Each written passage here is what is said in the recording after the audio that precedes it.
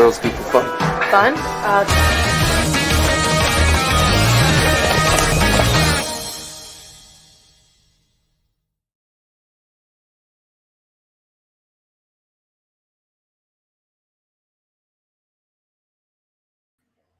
Welcome everyone to Book Club on Unsafe Space Network. I am going to be talking about House of Leaves, and for the beginning of this, I have a presentation on House of Leaves by Mark Z. Danielewski because this is my favorite novel. I know a lot of people find it really hard to read. A lot of people don't finish it, but it is actually my favorite novel. So for right now, I'm going to share my screen. Move this over here for a moment. Share screen.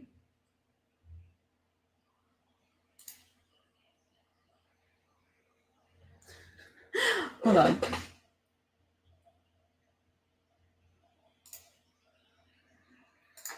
Okay, share. There we go. Yes. All right, I got it done. Sorry, I'm still not quite used to how StreamYard works. So I made a presentation about House of Leaves. So to start off, the book is made up of several layers.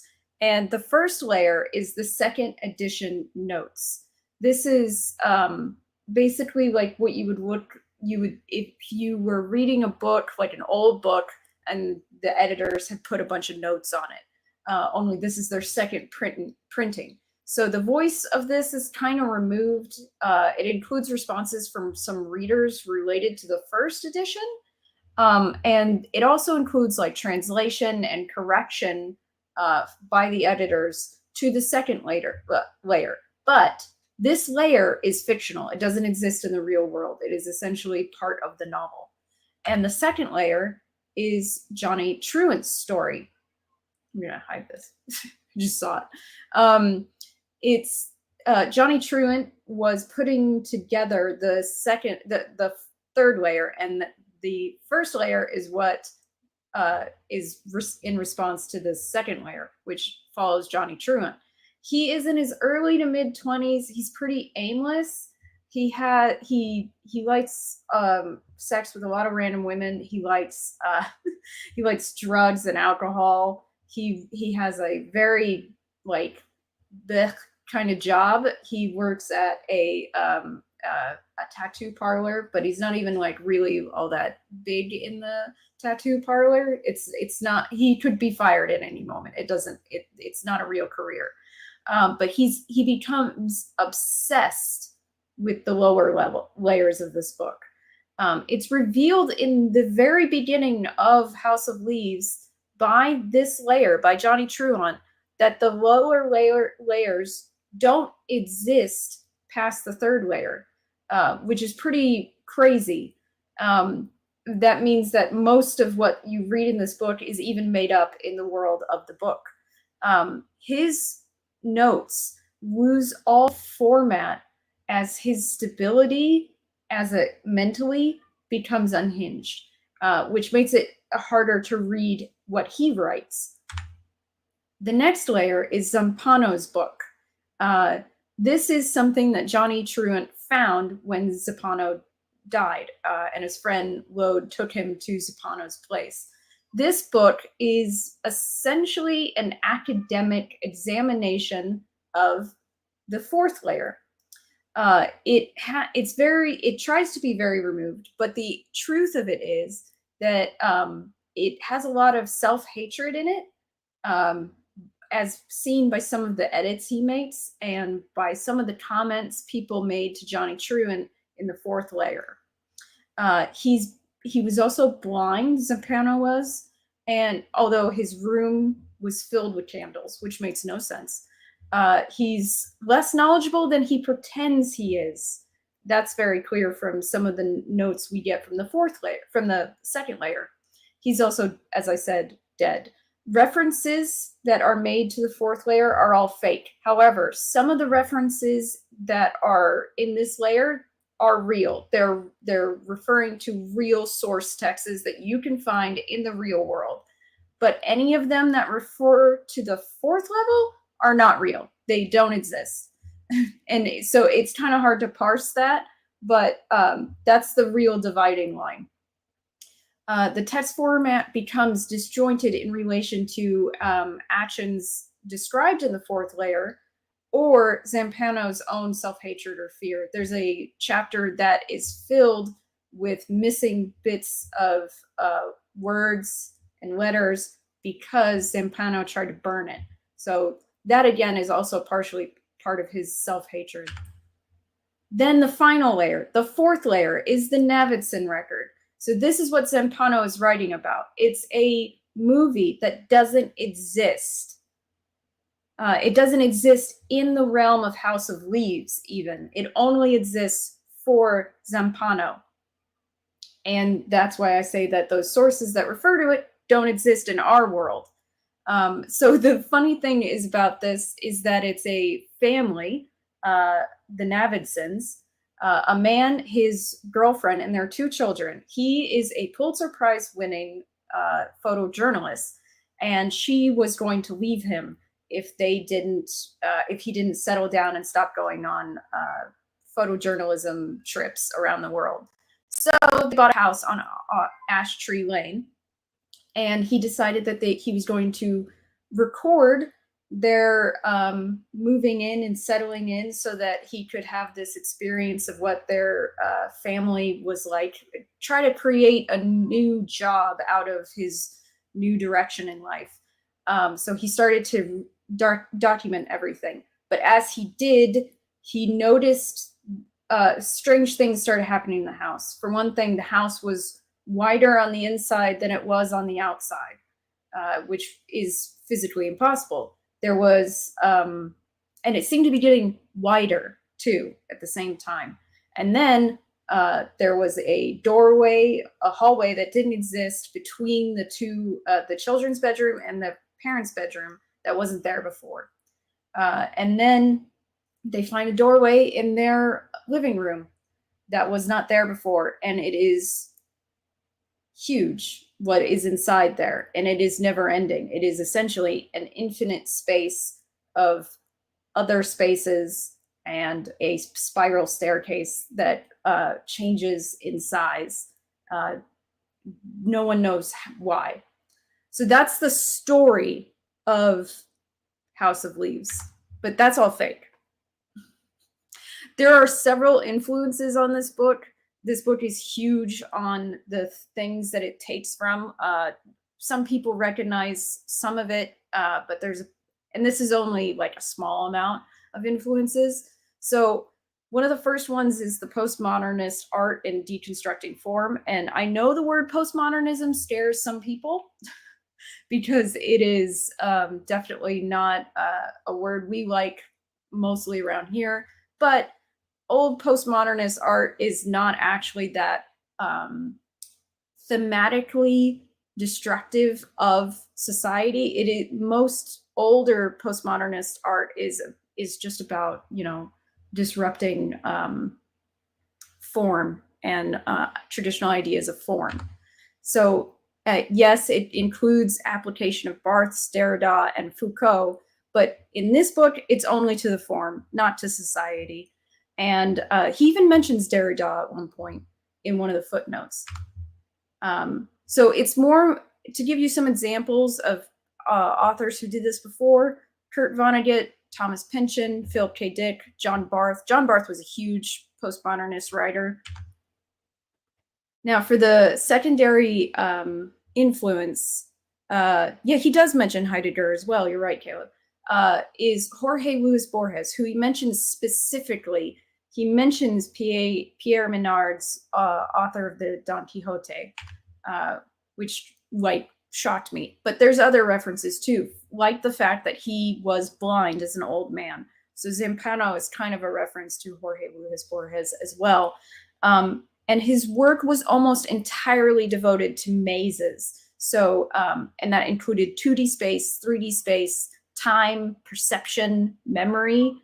One of my favorites is Shakespeare's Memory. If that's my example of one that is about memory. But things like the Garden of 14 Paths, which has been mentioned in some other works, such as the OA on Netflix. And then there's The Library of Babel, The Alf, Borges and I, wherein he meets himself. So that's a pretty big one. And then we have just normal haunted house stories like The Haunting of Hill House, a lot of stuff by Stephen King, that kind of like just traditional horror, because it is kind of referencing horror. Now, the next reference that's pretty big is The King in Yellow. The King in Yellow is a collection of short stories that is all related to a play called The King in Yellow, which drives those who read it to madness and despair, which is a bit, where this reference comes in is to Johnny Truant's experience of Zampano's book, because of the fact that he is losing mental stability the more and more he focuses on Zampano's book, much like those who read The King in Yellow in the short stories of The King in Yellow. I swear that this author made this as confusing as possible as well. Next, though, there's a lot of references to mental illness and drug abuse. There is a good chance that even though Zampano's book exists in the realm of the House of Leaves, that Johnny Truant's instability as time goes on is actually a result of genetic mental illness and or drug abuse. A big part of the reason why I say that is because as we learn more about him, his childhood was very unstable, very unhelpful for him to be successful in his ability to manage his emotions and his impulses, at the same time as there being a history of mental illness in his family. The last thing that is a major influence is Davidson's Pulitzer Prize-winning photograph, which is a very dark photo. It's referenced several times in the novel without it being explained until later on in the novel, and this is what the Delilah reference is about. I'm going to show the photograph very briefly because it is pretty dark.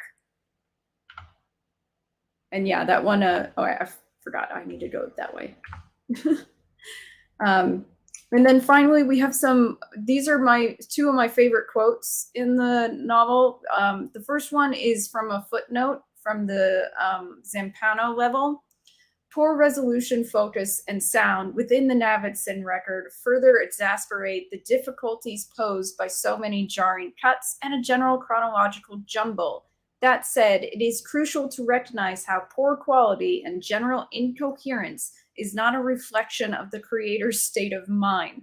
Now, this could refer to what Davidson created as it's supposed to, the video that doesn't exist, or it could refer to Zampano's book, because Zampano wrote this, so it's possibly him defending himself.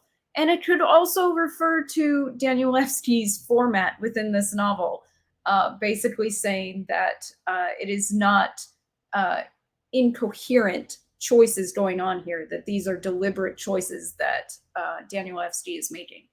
This is from the same chapter. It's also from the Zampano level, but it is a description of what's going on in the Davidson record. Regrettably, Tom fails to stop at a sip. A few hours later, he has finished off the whole fifth, as well as half a bottle of wine. He might have spent all night drinking had exhaustion not caught up with me. The change to first person is incredibly interesting here to me because there's a lot going on here when it comes to, as I said with the previous quote, deliberate choices that look incoherent. I do think that the change to first person in this section is deliberate, and it's probably deliberately there to make you question what's going on. And then we have action-dependent form. So as I said, the format of the book is dependent on what's going on at the time in the book. So there are parts where people are at the top of the spiral staircase. So the action is up there. So then the words are at the top of the page. if the action is at the bottom of the stairs, then the words are at the bottom of the stairs. When action needs to be slowed down, as looking at individual frames of a bullet penetrating a head, the words are spaced out over several pages in a line. Once the bullet penetrates the head, though, the words spread out over the page, as a gunshot wound would cause. Finally, we have the spiral staircase. What does it mean? This is the one feature within the unknown space within the house that is somewhat stable. It's always there, whether or not it is the same size. It's always there. And I think the reason why is because the action of the Navidson record spirals out of control. And Zampano's references and format also spiral out of control. And at the same time, the academic references are self-referential. They don't mean anything. So they just circle back on themselves, as the footnotes actually do. And Johnny's connection to reality and behavior also spiral out of control. So I think there's a reason why the spiral staircase is one of the central images of the book. And it's because of the fact that it is about downward spirals specifically. And then finally, the best part of this novel, the academic examination within Zampano's text is pointless. It doesn't exist, because I read this after I got through grad school, and I felt like I had just wasted my time with how we look at literature and things of that nature, because we are all just talking at each other, and it seemed pointless to me. And then literally making academic examination style not real, not have anything tethered in reality within the realm of the novel, made a lot of sense to me, because it is masturbatory. And then the truant pursuit of sex and drugs is also meaningless. It doesn't bring him happiness, and it makes his life incredibly unstable. And he becomes less stable as time goes on.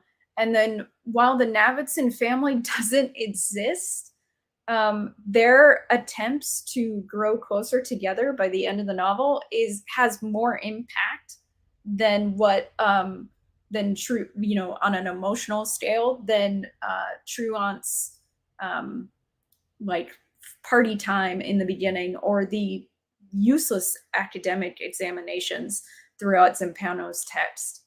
And that there's a lot here about why I love this novel, but I could have gone on a little further probably, but I didn't want to take up too much time.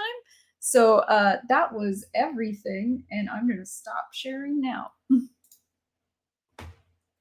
And we can bring on everyone else.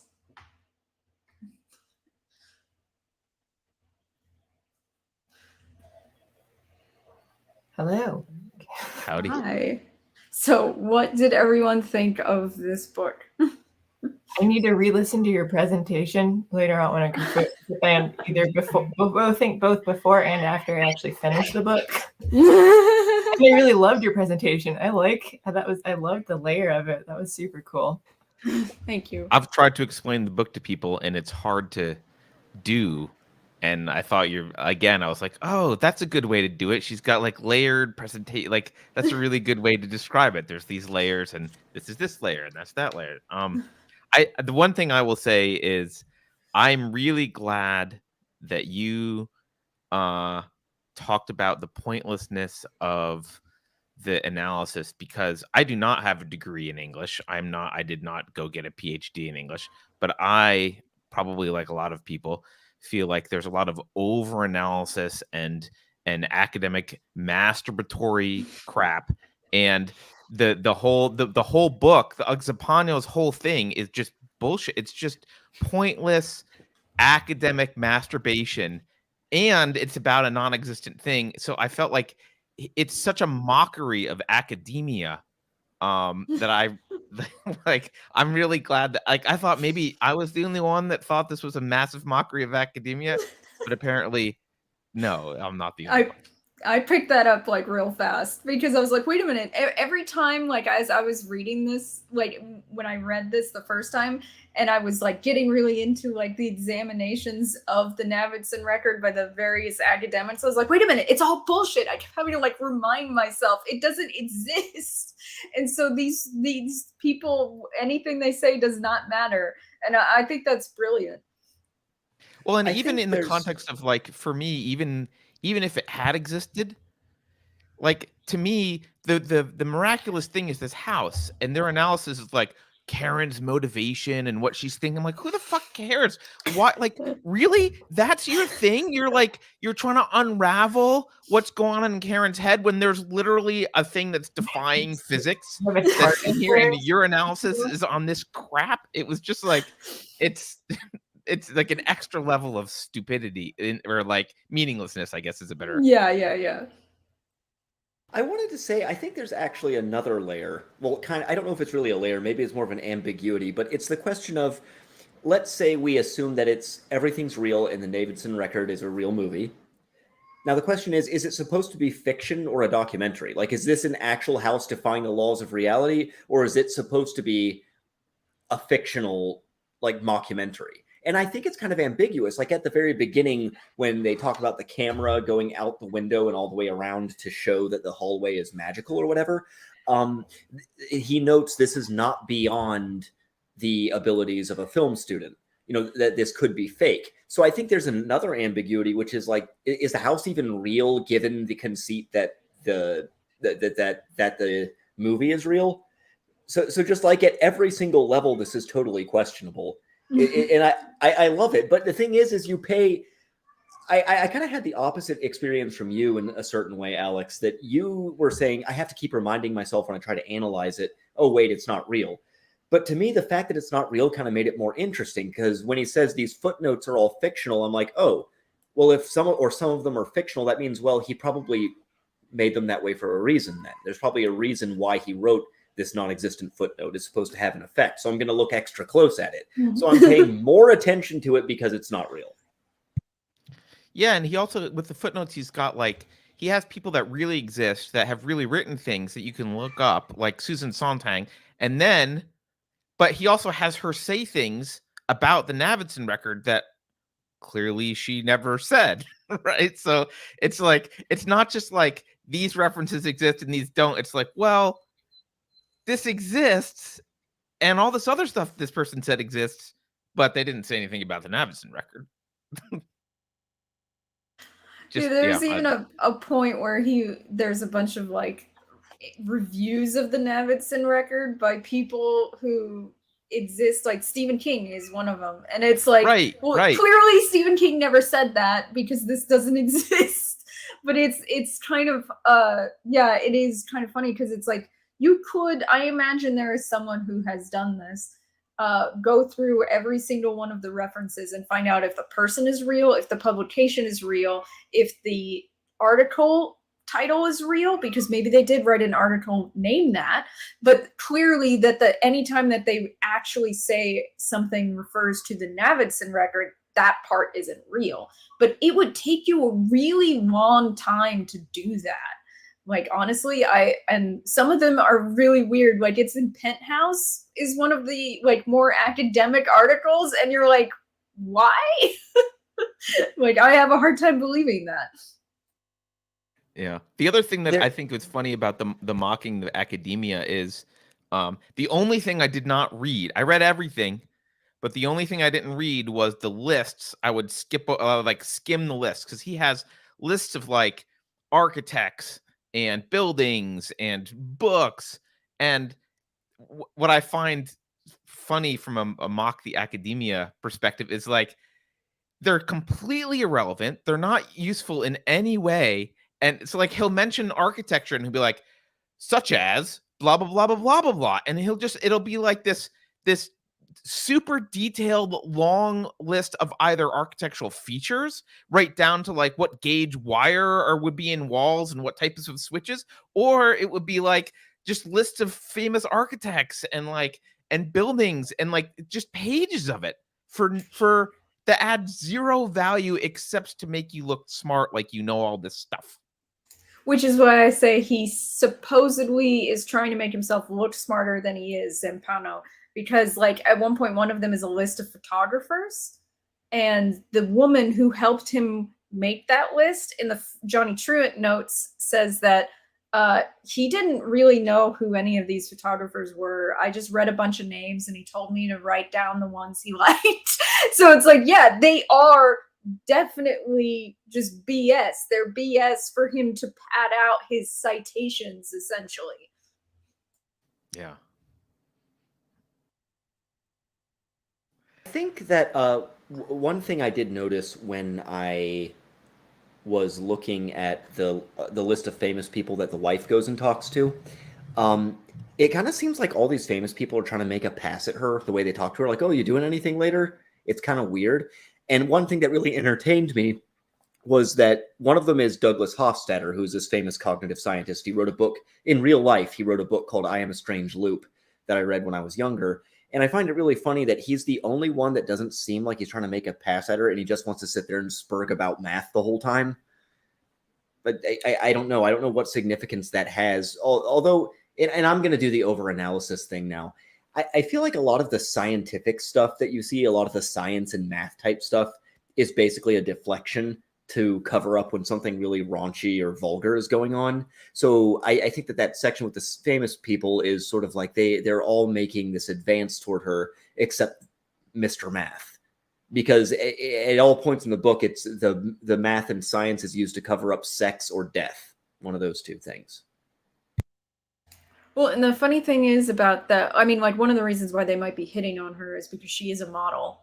Like, and I do find all the psychological examination of the characters in the Navidson record, for, like you mentioned it, Charter, to be kind of hilarious. There's a part where Navi, like, gets out after the spiral staircase extends too long for him to possibly make up, you would think, make it back up, and like it's been days, and like, oh, he comes out and Karen's first reaction is to, like, essentially like scream when she sees him, and there's all these examinations about what that scream meant, and like one of them is like, oh, she feels threatened by the fact that Navi's back and he's gonna take her newfound independence, and it's like, what? Like, like so many of them, like, and some of them are that kind of feminist read, which I find really hilarious, because it's like, it's a feminist psychological read, which is it's just BS. Like, and when you read that, you're like, there's no way, she's clearly probably just relieved that the man she loves is back, but they have to have their like weird interpretations of the Navidson record.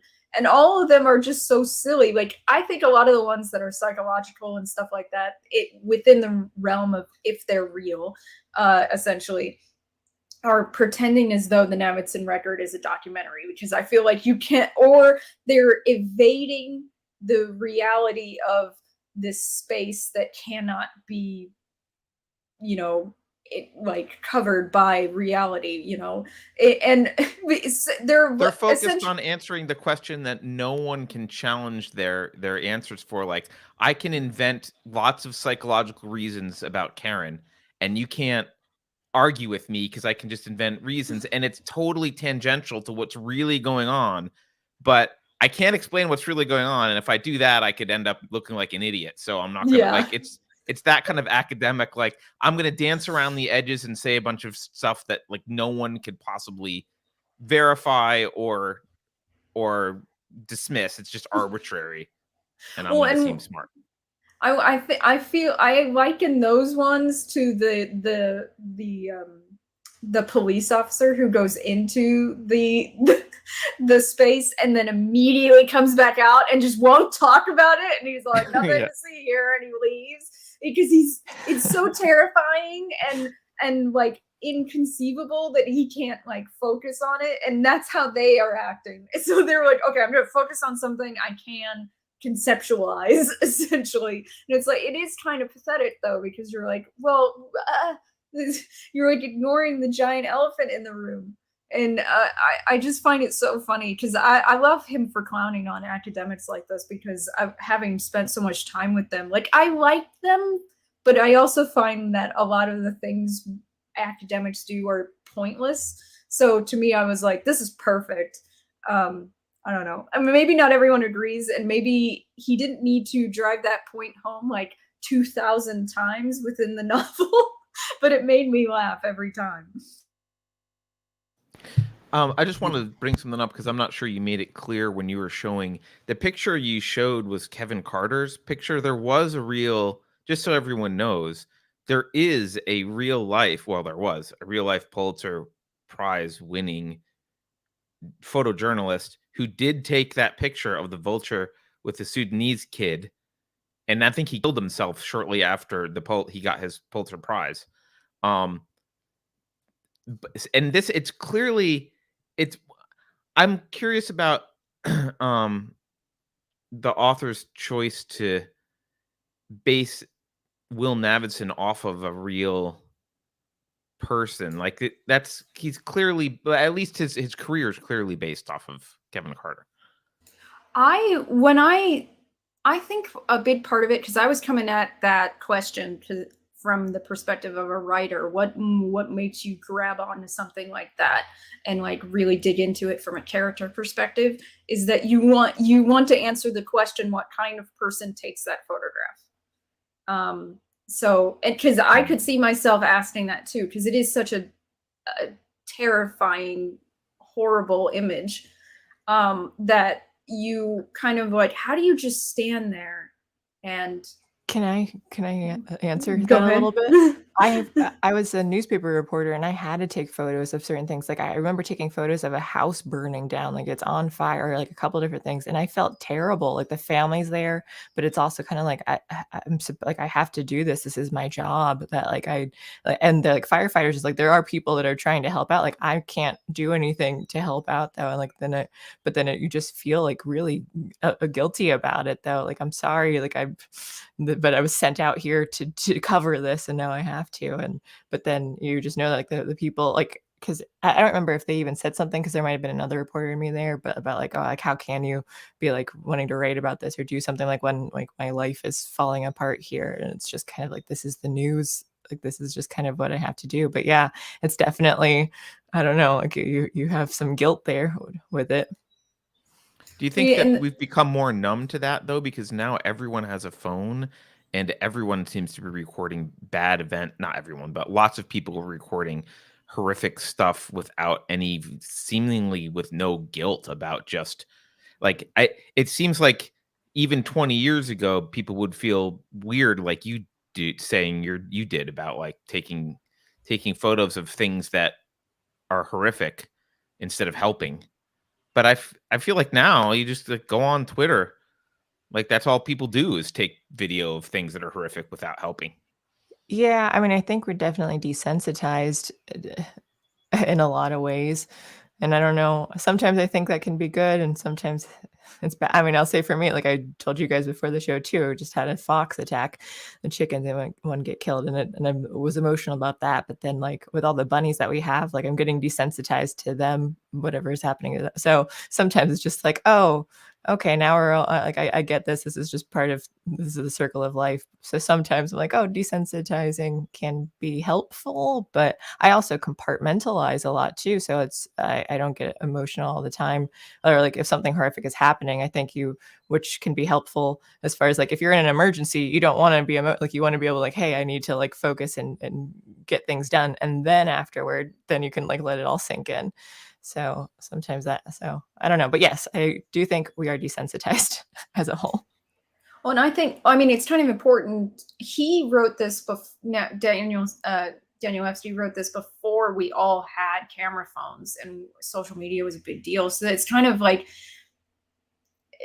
it was kind of a singular experience to have someone go through that. Like photojournalists experience that more than anyone else.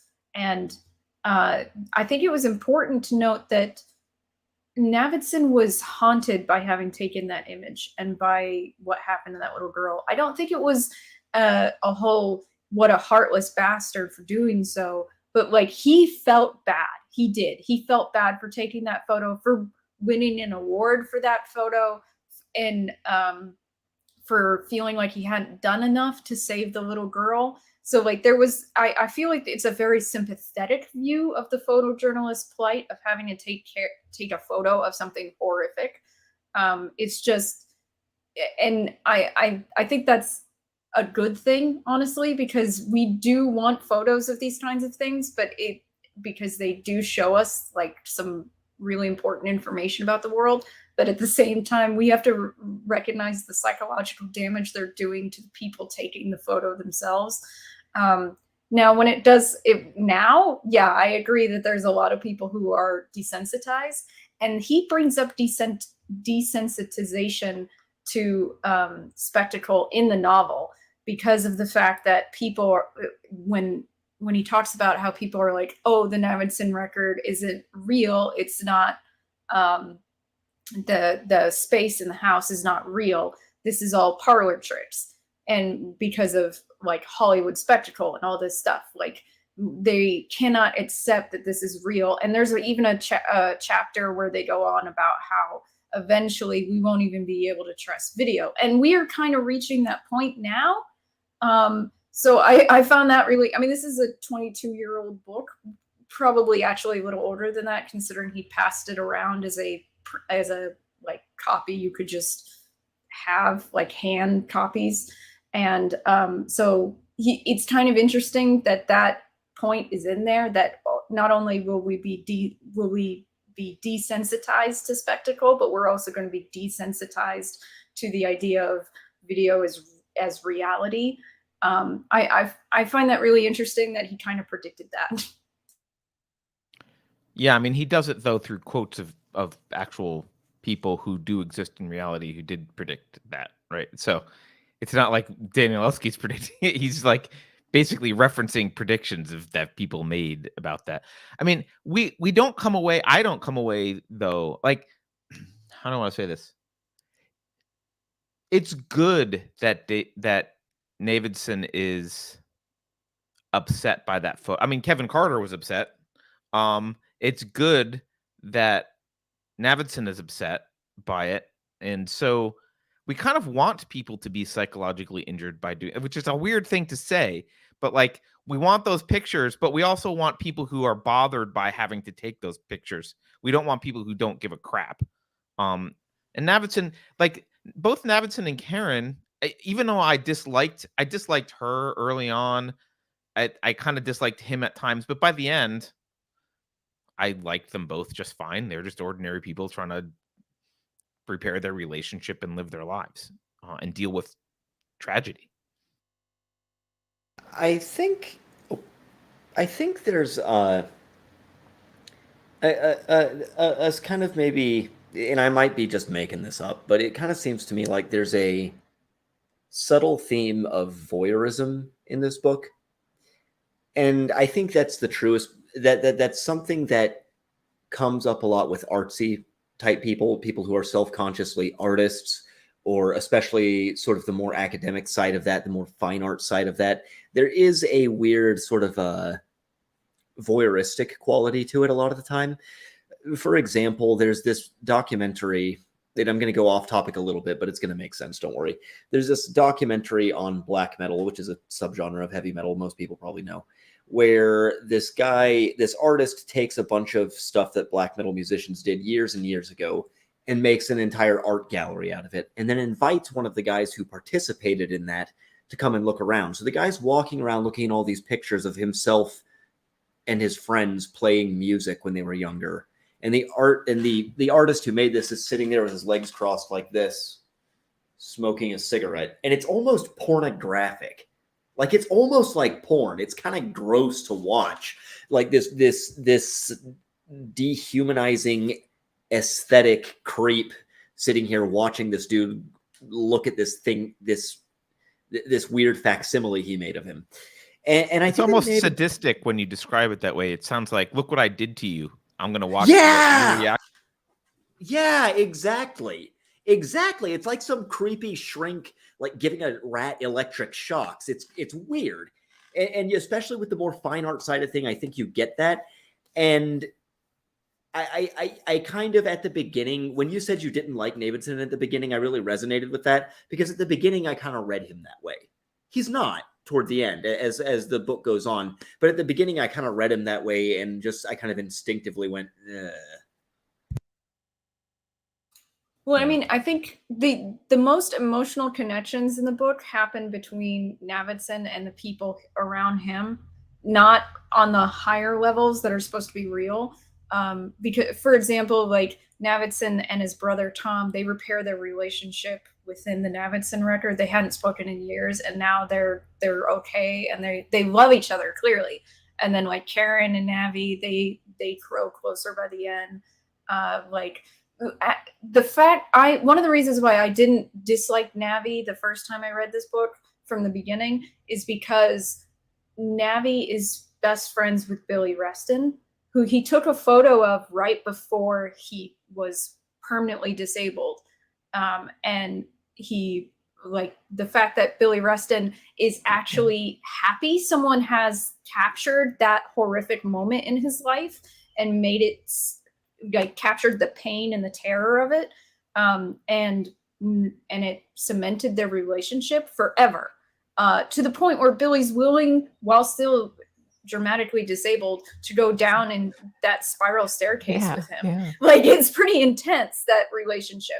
So, like, to me, I like the fact that those two were so close and that Navi repaired his relationship with Tom so quickly is why I still liked Navi. It does speak to his character that the subject of his photograph likes him. Like, Yeah. you know, if the Sudanese girl was like, Kevin Carter's great, that would change how people perceive things. Actually, I think it turned out to be a boy in the real photo, but whatever. Yeah. I like the Wayfarer in chat says the photographer can't directly help who's to say the photo is not helpful in itself. I think that is a good point because it's like, you know, awareness, which is something too. It's like, oh, here's this tragedy of a house fire, and now it's like they can use help. So then you have people see what happened and like donate whatever things to clothing, food, money.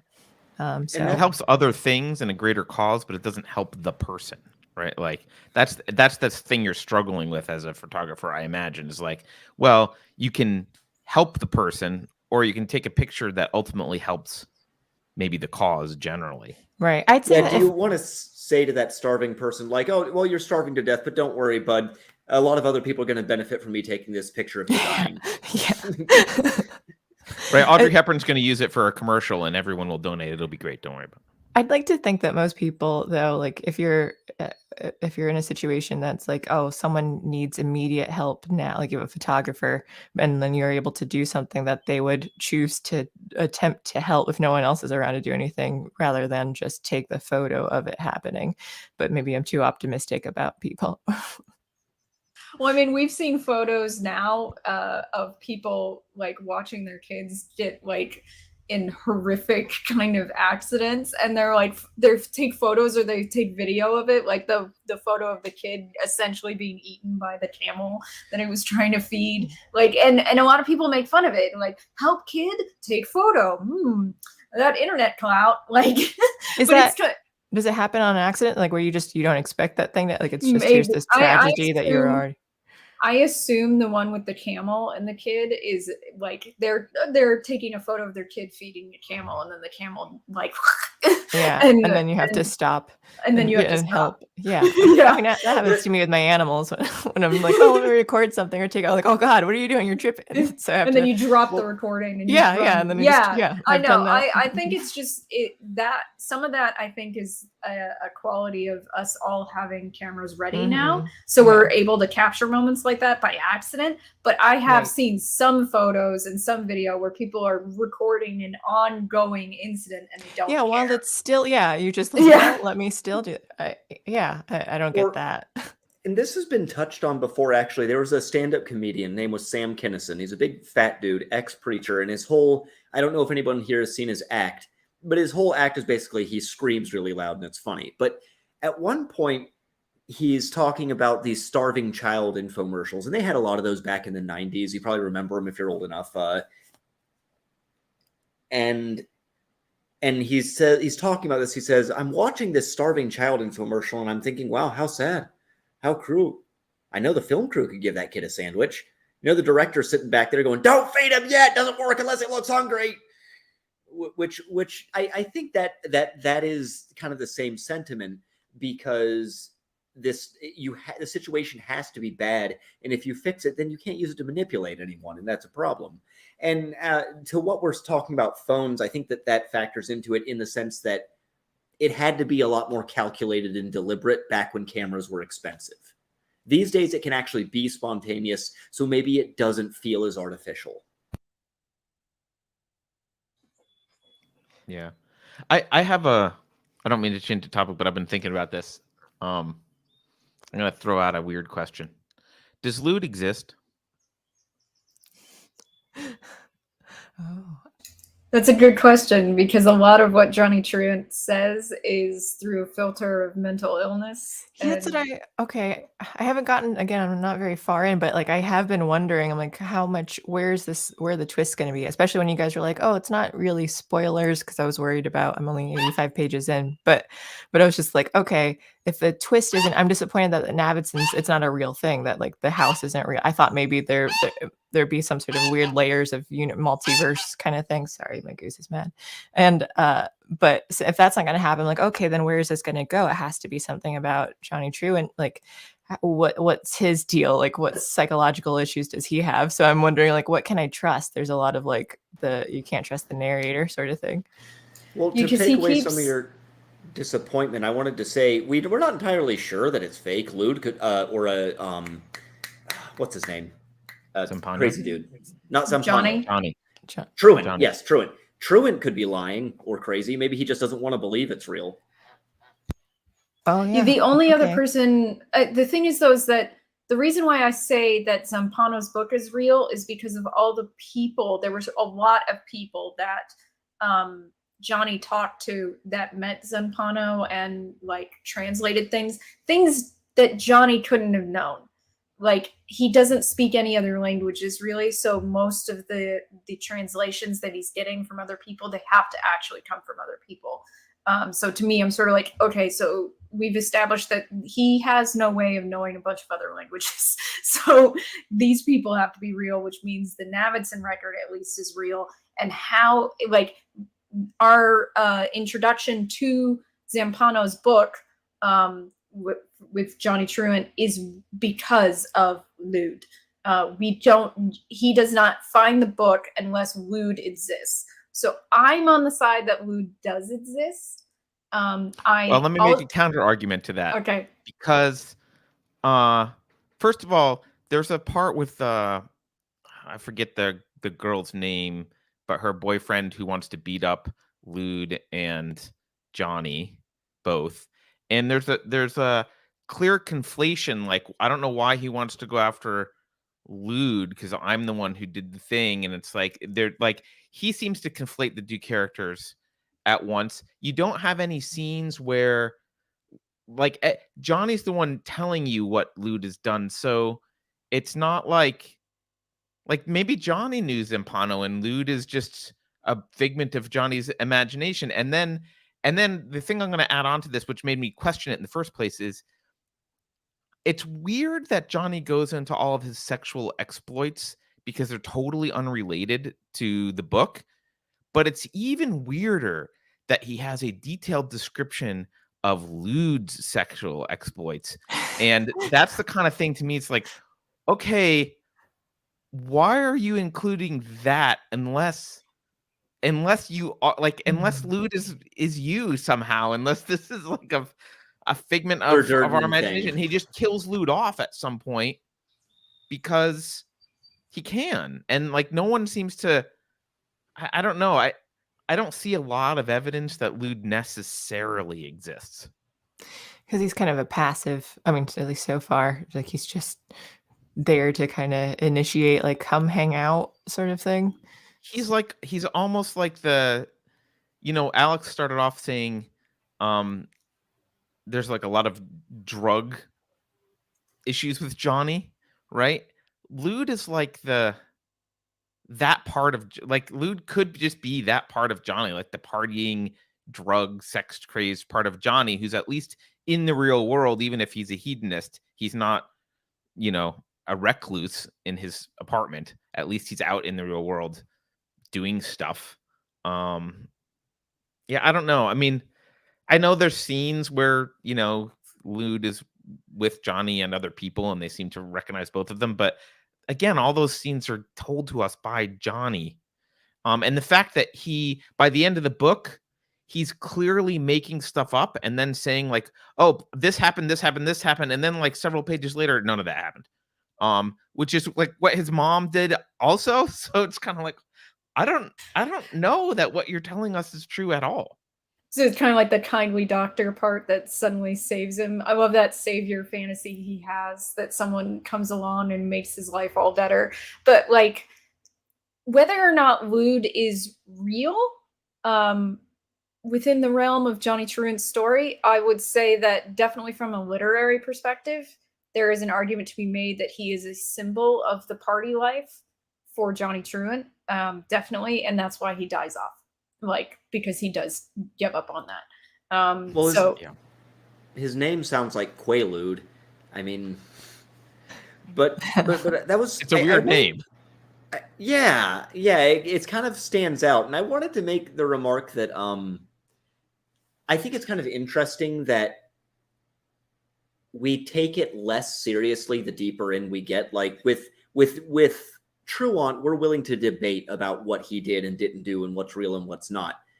With Zampano, it's kind of like whatever, he's just a bloviating academic windbag. And then by the time we get into the actual movie, it's just we don't even care what's real and what's not. It's like whatever, it's a fever dream. But I mean, is that really the right way to approach it? Should we take it less seriously as we go in?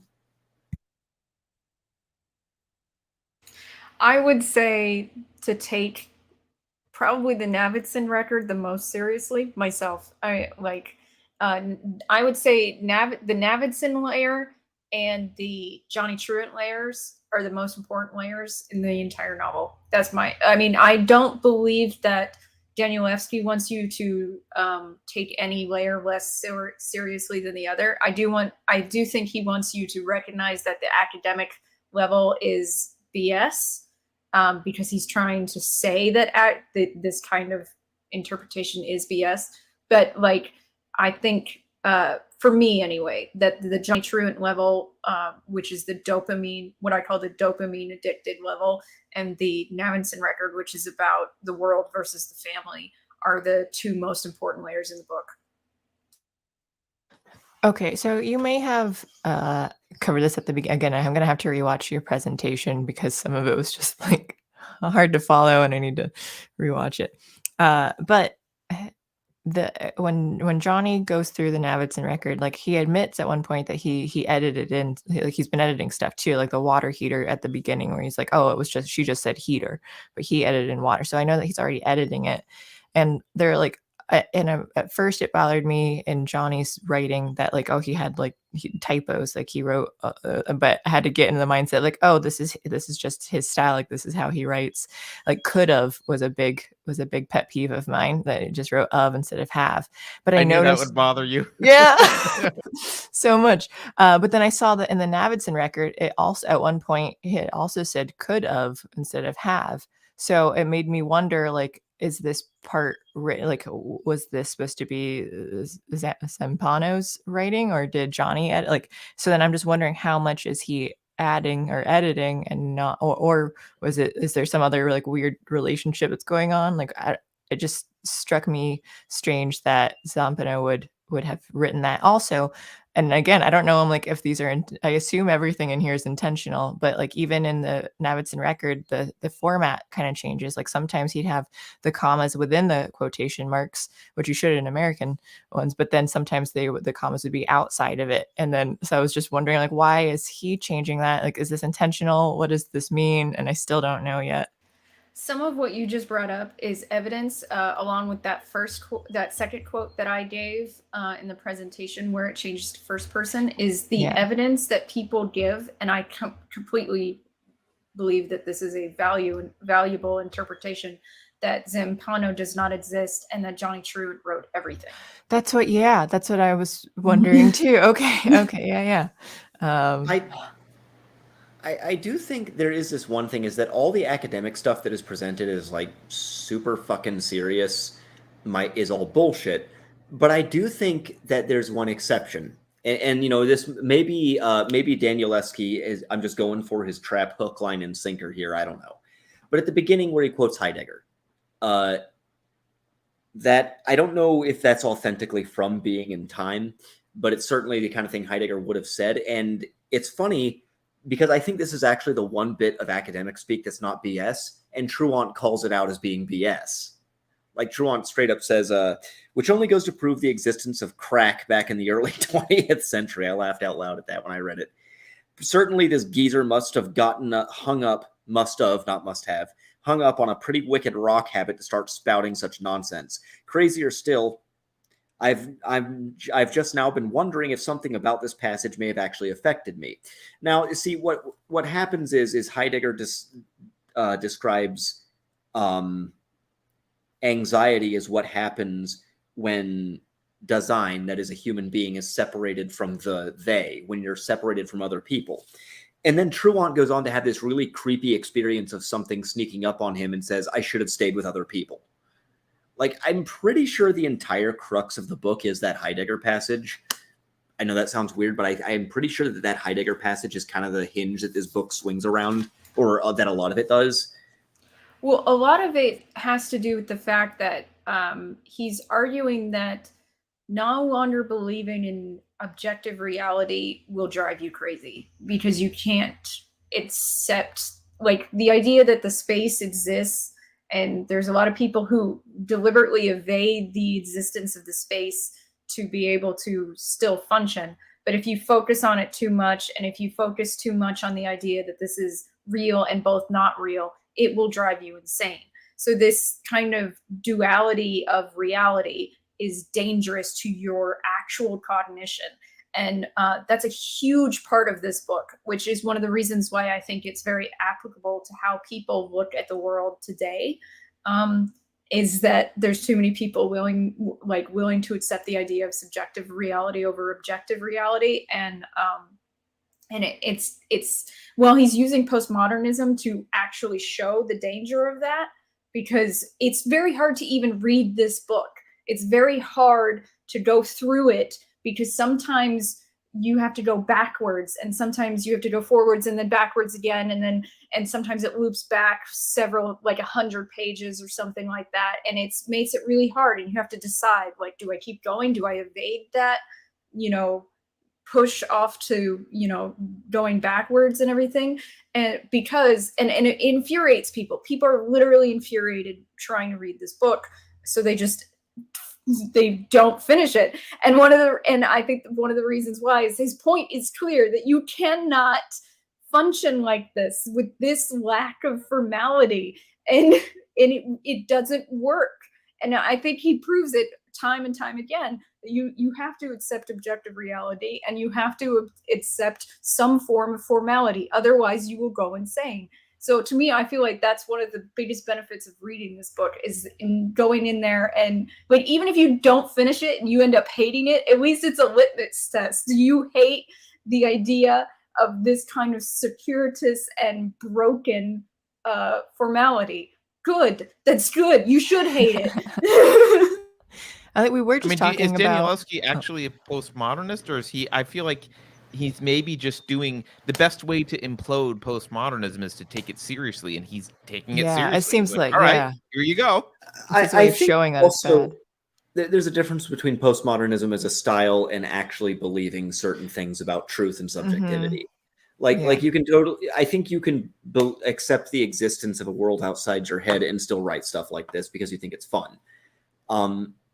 So I think that's definitely a factor. One thing I wanted to bring up, though, is it's kind of weird because we're at a strange point in history where technology insulates us enough from reality that we can actually entertain the idea of it not being real.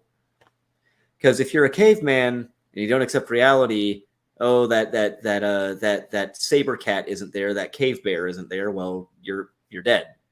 If you're a medieval farmer, peasant, you don't accept reality. Well, I don't care. I'm not going to plant anything. It'll grow anyway. Well, no, it doesn't. You starve to death.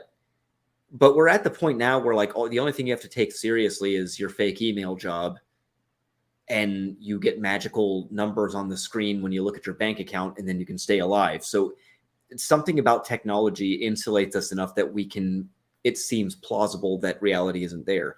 And there are some people who will go to any length to ignore reality because they think it's evil. I know that sounds weird, but there are people like that. Yeah, they just resent reality. I want to bring something up that I didn't realize until this episode started, and Rod said this earlier on. So Danielewski has a sister.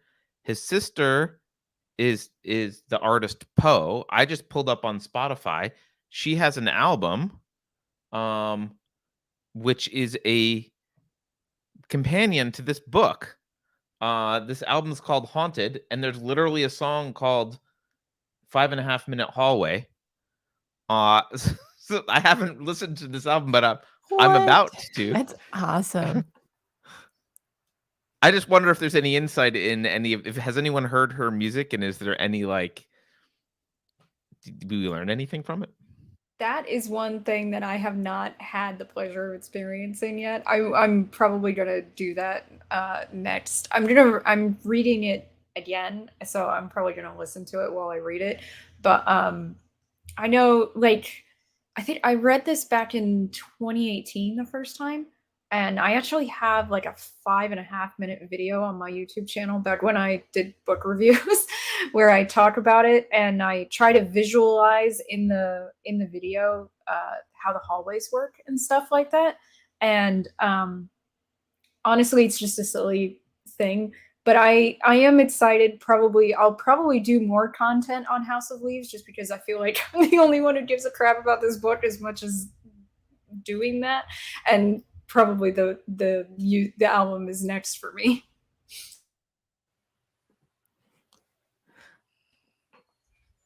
I really like the book so far. I'll let you know, once I actually finish, and I will finish it. It's just gonna take me a while. So back to are any of the typos actually meaningful later though too? Should I be wondering? Because I do know on certain pages that it said tear, was it instead of tear to Pisces instead of pieces, it had key was KYE, and I was I just don't know, is this important? Will it and actually the words themselves, or is it just the psychology of the person writing it? And because I don't know yet.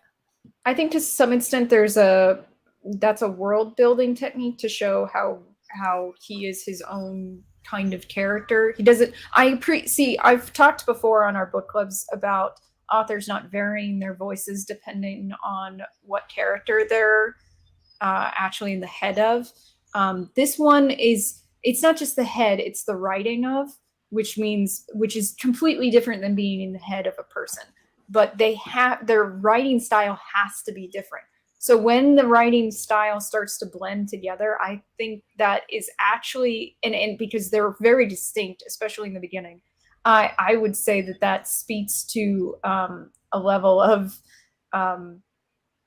unreality on you need to start questioning lower levels. Do they exist, essentially?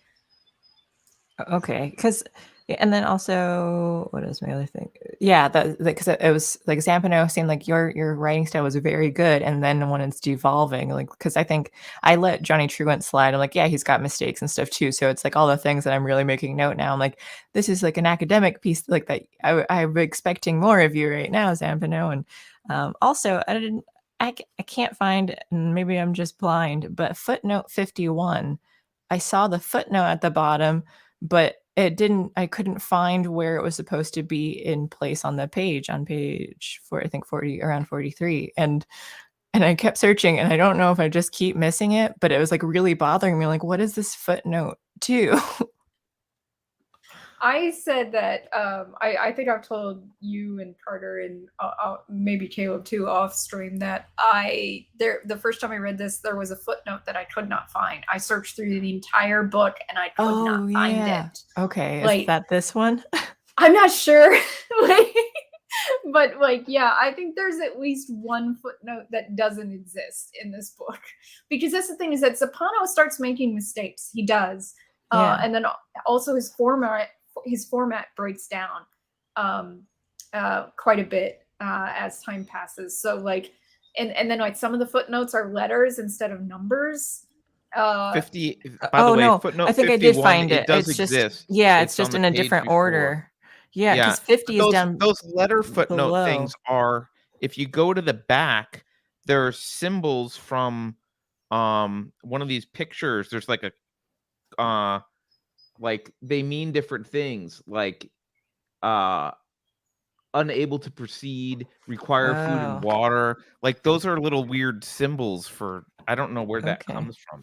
Well, and so it goes 49, 51, and then 50 the way that on the page itself. So that's why I was only looking between 50 and then 52. So I was trying to find it. I didn't realize it was just out of 50 order. is a footnote in 49's footnote. You're so there's a lot right. of that kind of crap, right? Yeah, they get progressively more out of order and harder to find as you get deeper into the novel, honestly. Yeah, you haven't gotten to the part where it's like there's footnotes. The format that of the are pages is not what you would expect. yeah, there's the worst chapter to me is when they really start exploring the maze space, is the one with the box that is also reversed, which you don't have. Like, I don't read the box like for secondary readings, and then there's like ones on the side and ones on the other side, and there's ones along the margin. That is probably one of the hardest chapters to read, honestly. Yeah, that's the one where I like had to get a mirror at one point and like hold the book up to a mirror and be like, it's not the first book that I've had that I had to hold it up to a mirror to read backwards text, though. I have had other books do that to me. I did that also, I went time. and translated that whole stupid letter from his mom. Like, I had wrote it in the margins. That was a pain. That one was the hardest one for me to read. Like, and I think that he literally made it so hard to read. And then when you read what she's actually trying to say, you're like, oh, it's like really hard to read because of what she's saying. It's like, this is intense. That was the one part of the book that I actually like took out a pen and paper and wrote it down. And I think he's forcing you to write it down on purpose. Because to make you like feel that more. What's your recommendation as far as like the best way to read it? Do you think that where it says like, oh, check out appendix number 2 to see the story, do you think it's better to jump ahead and see the story, or just read it? Caleb's really shaking his head no. I did it the way you're describing, Beverly. When it referenced an appendix, I went and read it. That's what I did. And normally I've done that in the past, but then like right now I was just like, well, let me keep reading straight through because it's already. I haven't been sure how to do it. I mean, for the first reading, I would do it. You would, okay? Caleb says no. For my part, it was more like, I guess the best way I can say it is, okay. Let me back up a little bit. I would not care if someone gave me plot spoilers for this book because the plot is not the point. The point is the experience of sitting down and actually trying to read this fucking thing, right? It's dealing with, it's dealing with this. Oh geez, if it'll actually show up, like dealing with this stuff, and to by me, the way, that makes you seem a little bit like Johnny, but okay. You seem a little bit like Johnny Truant. Yeah, all the notes got, like, notes everywhere. Yeah, I prefer because it looks like you don't write in your book. You write notes. You write like sticky notes and put them in. So if I were to write notes, I'd do that. I wanted to say, like, trying to understand it, I think kind of ruins the point because this is supposed to be like a balls to the wall, batshit lunacy, crazy, disorienting experience. So when you're reading, especially the part in the middle where they're going into the maze, which is the most disjointed part of the book, to me, reading through that and just feeling totally lost is how you're supposed to feel. Or maybe not how he intended it, but I think that's to me, that seemed like the best way to experience it, to just let this wash over me and just be completely baffled by it. I did have one other thing. I think this little box on these pages, this little box that occurs, and then as you move on, there's still a box there. I'm pretty sure that's the house. And the reason for that is if you look at the box and it's nothing but building materials. Everything inside of that box is building materials, first of all. Second of all, the outline of it is blue, and whenever you see the word house is blue. Third of all, if you think about it, all those squares stacked up on top of each other, printed in the pages, forms a cube made of paper. It's a cube, kind of like a house. So with blue walls. So That's a great observation. I just wanted to throw that out there. It's probably total horse shit, just like everything else in here, but I did my best. No, that actually makes sense. In the box, for those who don't know, that box is like, it's one of those things that I read, but you didn't really have to because it's just building materials, which is really weird. So yeah, and then at the end it says, picture that in your dreams. Granted, that's stricken out, but stricken out. But yeah, it's that adds that dimension of like unreality to that box, which is the house. I have two questions for everyone. Like, what did you think of the growl / monster that even Truant, like one of the first experiences he has is in the tattoo parlor closet, and then also Zampano had those slash marks by his body, and then what did, actually I may have forgotten my secondary question. I might think of it in a moment. But go ahead and answer. Alex, sorry, wait. Before we do that, I just noticed one thing I want to point out with Caleb's boxes. The last two boxes, the black one is small and the white one is big, which to me maybe suggests like, oh, the outside of the house and then the inside of the house, where it's like there's the dimension changes. The black one is the dimension you expect it to be, which is within the borders. And then suddenly there's this void of a white box, which is much bigger. Sorry, I just wanted to throw that out. No, that exactly.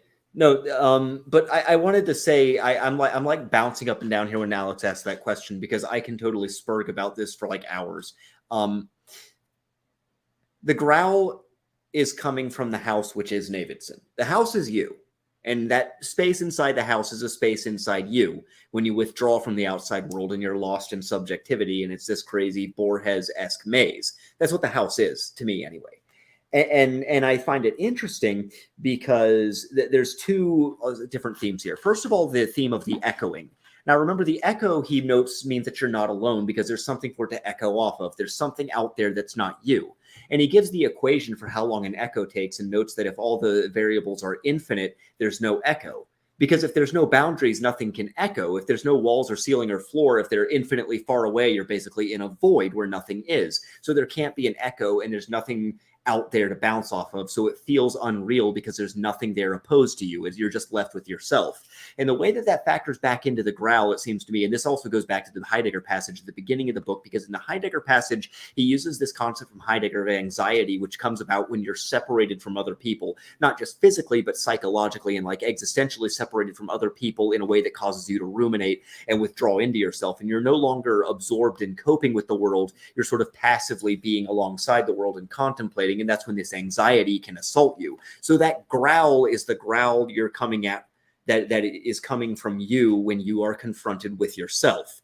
And that's why he says at one point, the other hinge that the book swings around to me, or like another statement of that same central axis, is when he says that the growl coming from the book, or coming from the house, the book, the monster, they're all the same thing. The growl coming from the monster, or the monster that's coming in, is it's sort of your fear of coming face to face with your own reality, or the house coming face to face with its own reality, because the house is a piece of human subjectivity. That's what it is.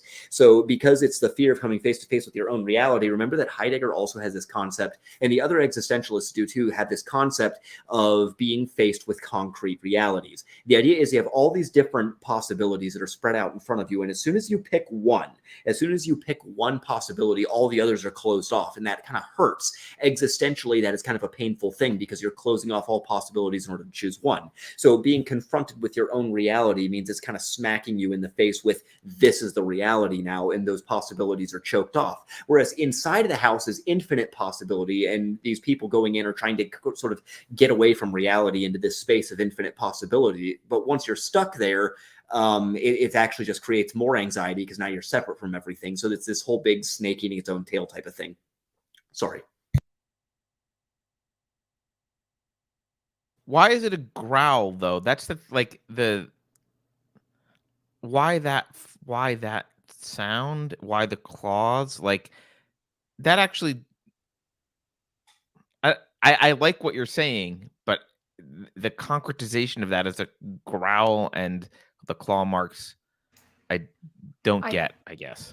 I think that's a callback to old horror concepts in literature, because the whole idea of horror originally, like when you go back to the Gothic period, is that you have the real world and then you have the fantasy realm.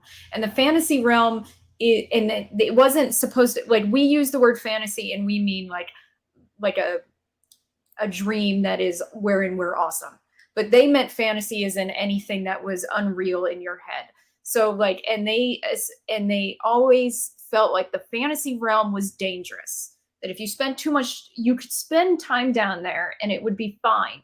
But if you spent too much time down there, it would hurt your brain. Like it would definitely start to destroy you. So it is actually dangerous. Making it a growl, something threatening, giving it claws, something threatening, is, I think, associated with those old ideas about horror, because this is still technically a horror novel, but it's just a very weird one.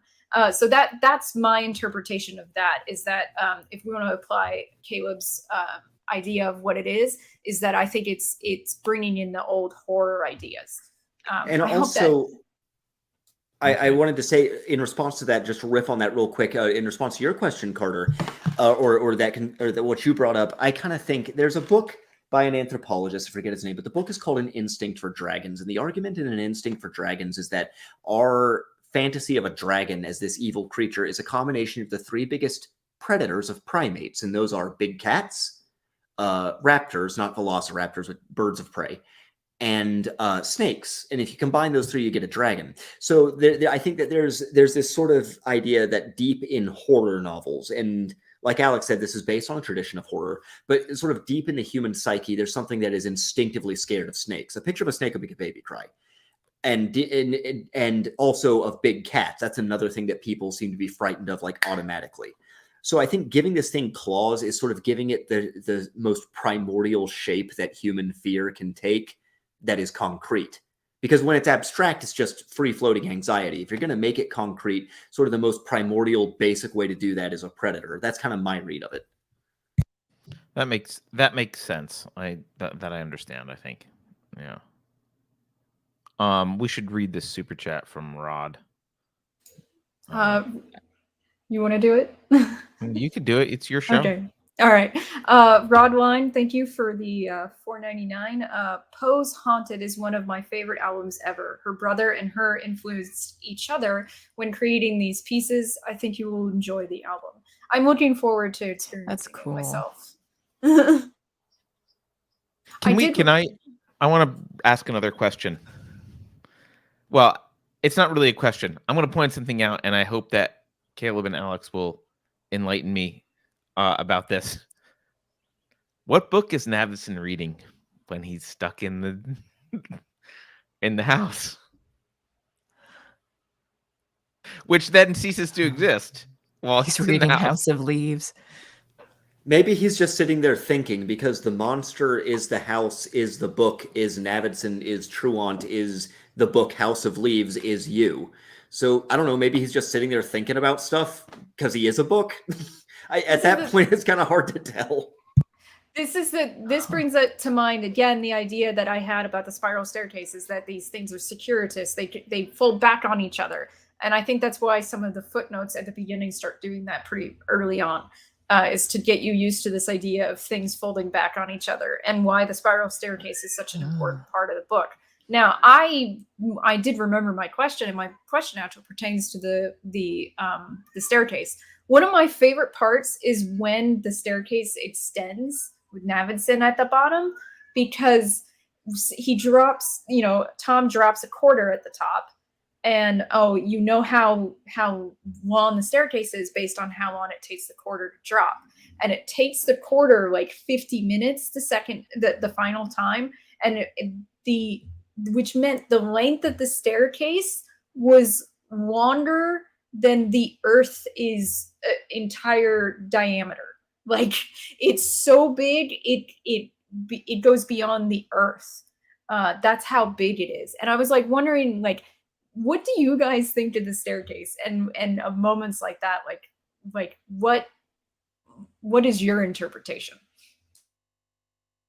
I liked the interpretation in the book. I forget who said it, but of the not just the staircase, but that space itself being a manifestation of the psychology of the person dealing with it. And so, and I guess that kind of fits in with Caleb's "the book is you" and blah blah blah blah, right? Like, and the house is you and everything else, right? So that's I came away with that being the only kind of trying to make sense of the nonsensical. That was the only thing that I was like, okay, well, it's a manifestation of the psychology of the person dealing with the house. I find that part of the book kind of ironic because Navidson keeps, like, at the beginning, the reason why they buy the house in the first place is because Navidson needs to stop going out or Karen is going to leave him. He needs to stop going on these adventures. And then he finds the adventure in his house. And it's the most terrifying adventure and the most dangerous adventure he could possibly discover. And so he says he's going in to rescue people.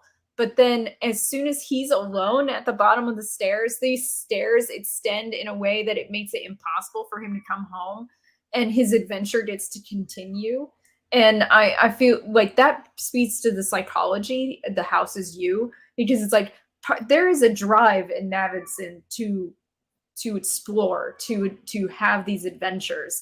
And to some extent, the house is giving him what he wants in a terrifying way, but it's still giving him what he wants. I think Kierkegaard makes this point that, or he says humans are a synthesis of finite and infinite, meaning you're finite, you're a material being, everything is concrete, but there's no end to the things you can conceive of. Inner space, in some sense, is infinite.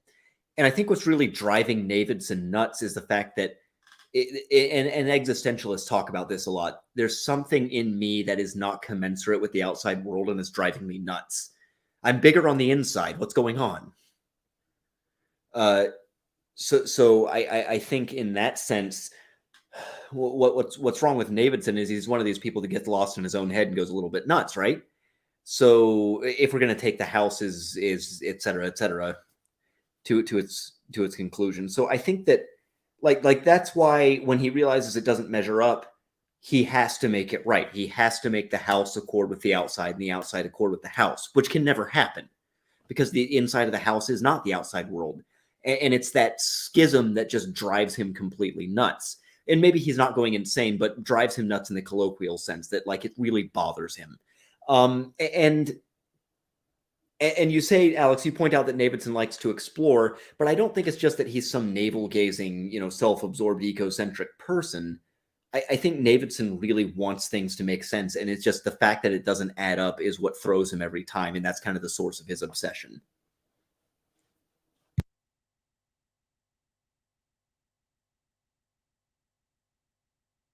Are you thinking of something? Because I like Reston, I would buy that being Reston's motivation. It doesn't add up.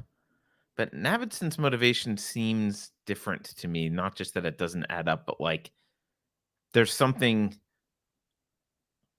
unknown and I have to know it.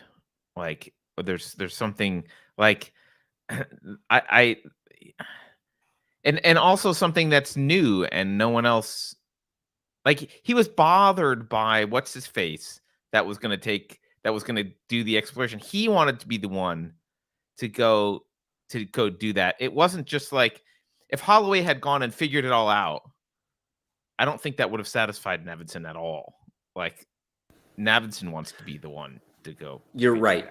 You're completely right, and I totally get what you mean. That the other guy would have been satisfied with it adding up because he's the guy where everything has to go into its box, and if it doesn't, he's going to explode. But Navidson is more like, you're right. He wants to explore. So maybe we could say that Navidson wants to be the artist who creates an original work. Well, where are artists supposed to get their original work? They reach inside into their well of mystic creativity or whatever and pull out a piece of art, which is what Navidson's trying to do.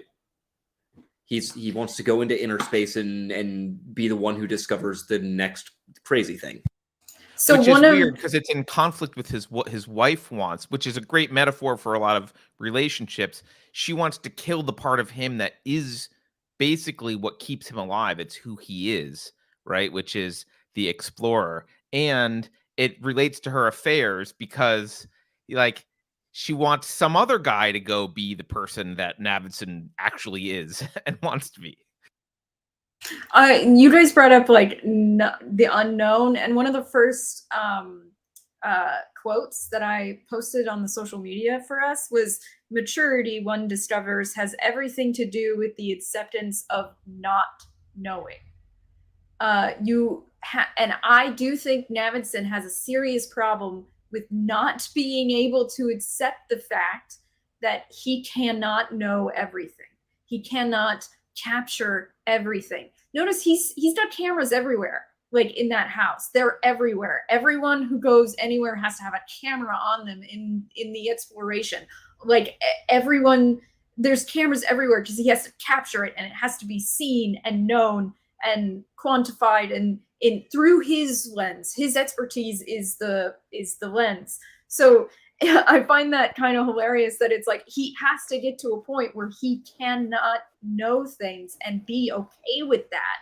And because while I do think his desire for exploration is fine, his obsession, though, with trying to capture everything is not healthy. And I do, and basically the house has to smack him down with it and go, "Stop it. Like, this is not a healthy thing for you to be doing," which is why I feel like by the end of the book, the person that's the most well off among any of the layers is Navidson. He actually grew, which I find hilarious. Now, in contrast to that, Johnny Truant gets worse, like completely worse. But I find that kind of interesting that was like one of the first quotes that I like really put out there for people to look at. You know what I like about what you're saying is he's a photographer, right? And so he has to know what's the worst possible thing for him to encounter. A space that expands infinitely with corners everywhere where you can never exhaust it, and it's completely dark. So like it's the absolute worst possible nightmare for someone who's got to be able to photograph everything and catch every corner. And the part where he grows, that end, is where he kind of lets go and like he loses all light. It's completely dark. There is nothing to capture. There's nothingness, right? He really hits this kind of state of nothingness before he's able to then and the thing that rescues him is his wife, right? He hits this state of nothingness, and that's how he reconnects with his wife.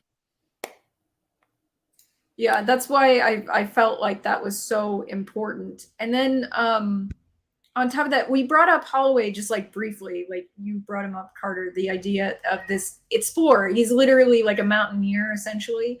And like a lot of people talk about Holloway because he goes insane a hell of a lot faster than like anyone could have possibly anticipated. And there's a chapter that goes over how Navidson and Holloway are alike to some regard. And I find that really interesting because it's like the space destroys Holloway. Like he self-destructs within the space, whereas Navidson like is trying to capture the space and trying and it finally accepts the fact that he can't, and that's how he gets out. And like, what do you guys think Holloway's goals were that the house ended up destroying him? I kind of get the impression that Holloway is a sort of person who shouldn't be in there at all. Holloway, I feel like, is a person with a very concrete sort of mind. Not necessarily stupid, but very concrete, very practical. Not the kind of person who does well with all this existential stuff. And when you drop him into this well of hoofy floofy subjectivity, he goes berserk and starts shooting people. He can't take the fact that there's nothing to grab onto here. You know, he's used to things he can deal with, things that he can touch and see and count. And when you put him into this void, he can't take it. He's not meant to do this. And the fact that Navidson's wife likes him, like you said earlier, Carter, her infidelity is mirrored by the fact that she wants this guy to go in instead of Navidson, but Holloway wants Holloway to go in instead of Navidson, but Holloway is not right for it. And I don't know. I think that's the impression I get, is that Holloway is a guy who's all gung-ho about it, but he's not cut out for it. The one other thing I wanted to say, sorry, just regarding, go ahead. No, I was going to comment on Holloway, so if you're going to keep going, keep going. Okay, second thing was, this is also, Carter, in response to something else you said, the fact, or I'm sorry, Alex, this one is to Alex. When you made the observation that he's got cameras everywhere and everything has to be captured, I think, again, that's sort of an artistic thing. Composers and various other artists, like Kubrick wasn't a composer, he was a director, but Kubrick is a great example of this. Somebody for whom every single last thing has to be completely perfect. A lot of them are control freaks to create their masterpiece, but his control freakery can't create a masterpiece. He has to accept that this is a thing that is bigger than him, even if it's inside of him. Isn't actually Kubrick wasn't he one of the only ones in the interviews? Now I can't find where it is. Wasn't he was one of the only ones in the interview that I liked what he said. He kind of like shrugged some stuff off. I don't remember, but he's in here. It's interesting that you brought him up. About Holloway, I want to say I think Holloway's issue, when you say concrete bound, I view Holloway as is eminently goal oriented, and you can't be goal oriented in a space where, like, think about what he was. He's not just an explorer. They didn't make him an explorer who like is a seafaring explorer or whatever. He like climbs mountains and reaches the tops of things, right? And like there's a clear, definite ending. There's a clear goal that can be accomplished, and this space is his ultimate nemesis. There is no possible goal to have in a space that's infinite, that changes. There is no goal. And I think, you know, Navidson is much more amenable to the idea that there actually is no goal here, because he gives up trying to even go back. He's like, well, I'm just going to keep going. Like, I'm just going to keep like going and going and going. And like, I'm not going to achieve much, but I'm just going to keep, like, he kind of gives up on the goal. Holloway is a phony explorer. Holloway is a phony explorer. In the sense that he's phony, in the sense that for him, this isn't about exploration, it's about conquest. But this can't be conquered. It can only be explored. Navidson is the real explorer because he doesn't want to conquer anything. He just wants to see. He's a person who's actually an explorer. Holloway is, for him, this is a dick sizing thing. And that's why he goes nuts, because there's no measuring tape to measure his dick with in here. No, that's a great point. Because even he's not an explorer, because this is the 1990s. There's not a mountain that hasn't been climbed, or like he's a guy who goes out and conquers things, but there's things that other people have seen and other people have done, and there's nothing new. He doesn't have to face something that no one's ever faced before. He only has to face things that for which there are diagrams and Sherpas and maps, and he can go accomplish, but he doesn't have to open a door to an infinite hallway and figure out his way. So the only real challenges left are the ones within. Yeah, which Navidson is much more able to eventually deal with. By the way, the Kubrick thing on my copy at least is page 363 if you were trying to find it.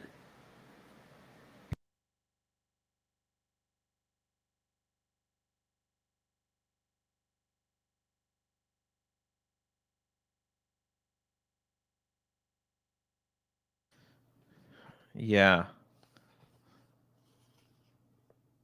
I'm trying to think why I'm.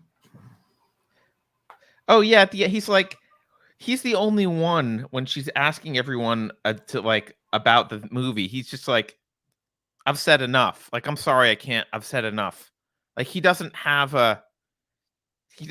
really. He's the only one that kind of doesn't want to pontificate too much about it. He's like, oh, it is what it is. If it's a film, I've said enough. The end.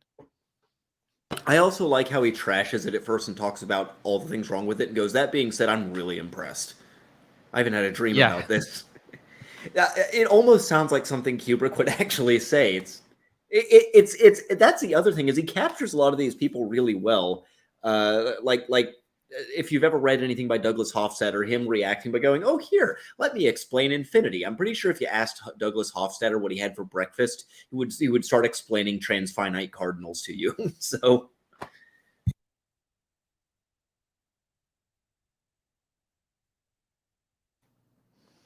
I want to bring up the part where Tom is alone at the top of the staircase, because a lot of this has to do with how it versus the end of Holloway's tapes.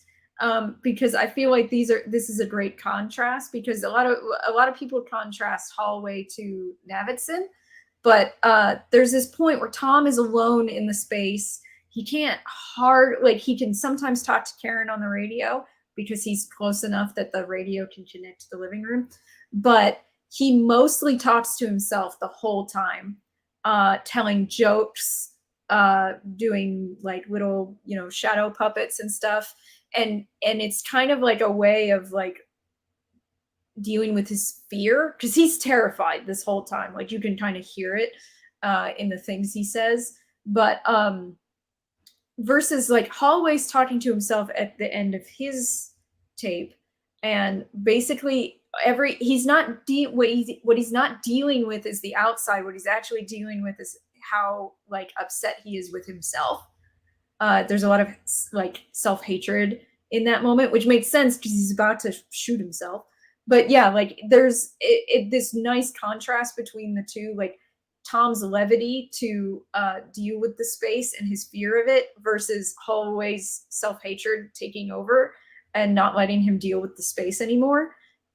Because and there's this thing where people talk to themselves like a lot. Like they say smart people tend to talk to themselves, like whether or not anyone's around. It's verbalizing helps you think.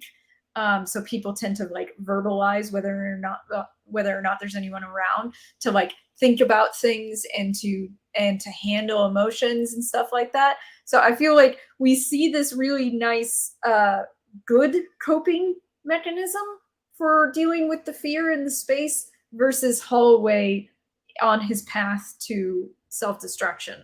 And I wanted to bring that up because I just felt like that's a really great contrast between those two characters, who you would think might be somewhat similar, because Tom is much more concrete. Although I have to jump in for just a second and say that Holloway is Holloway. Anyway, go ahead. Oh, Holloway is Holloway. Yeah, that's a good. That's what I was thinking earlier. I just wanted to point out that the other thing Tom does aside from talk to himself is poke fun at the monster. He tries to make fun of the monster that he's terrified. He's like the thing that terrifies him. He decides to try and make a joke out of and mock, which seems to me like a fundamental difference between how Holloway is like the thing that terrifies him. He brings a rifle to and tries to find and shoot. And Tom's like, I'm going to mock you with shadow puppets. Well, and then also Tom is somewhat on the same level as Johnny Truant, like a little bit. Like he uses alcohol and marijuana as like a way of disconnecting from reality quite often, which is like that quote where I bring in where he drank a whole fifth and then most of a bottle of wine. Because he's pretty sure he's never going to see his brother again. And he was just got out of this like really terrifying space and survived, but he feels the need to drown himself outside of reality.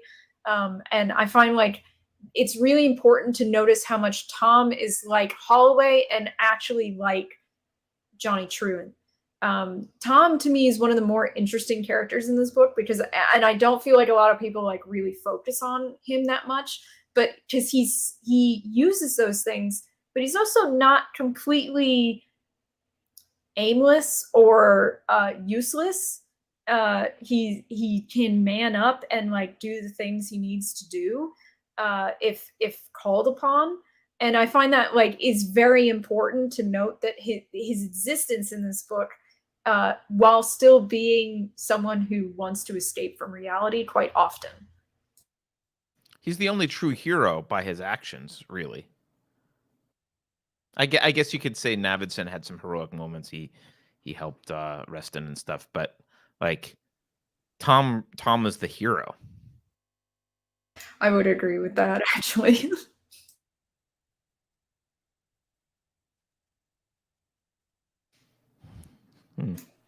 I'm still not convinced. I have to leave soon, so I want to get this out and just say, I'm still not convinced that this entire thing isn't just Johnny Truant. This is supposed to be just Johnny Truant. Like nothing. Like Lude doesn't exist. Maybe even Zampano doesn't exist. Maybe he does, but like that. Just a lot of DID with Johnny. Or there's just like there was some scraps of stuff left, and Johnny just made it into something that just it wasn't. Right? This is all. I don't know. It's all. It's all Johnny. I made the argument that Johnny, well, there's a level where he's being driven insane by Zampano's book. There is also a level wherein you can think that this is all just schizophrenia coming on. Because he's the right age, he has a family history.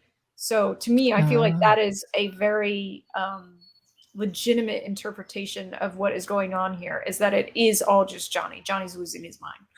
And it's his schizophrenia coming on. And which could be worsened by drugs and alcohol, by the way. So like, whether or not he gives them up, which he does, and there's this, it wouldn't change the fact that he has schizophrenia, which is one of the reasons why he's like, so often he has these moments where he essentially hallucinates things, including himself doing stuff, and it doesn't happen.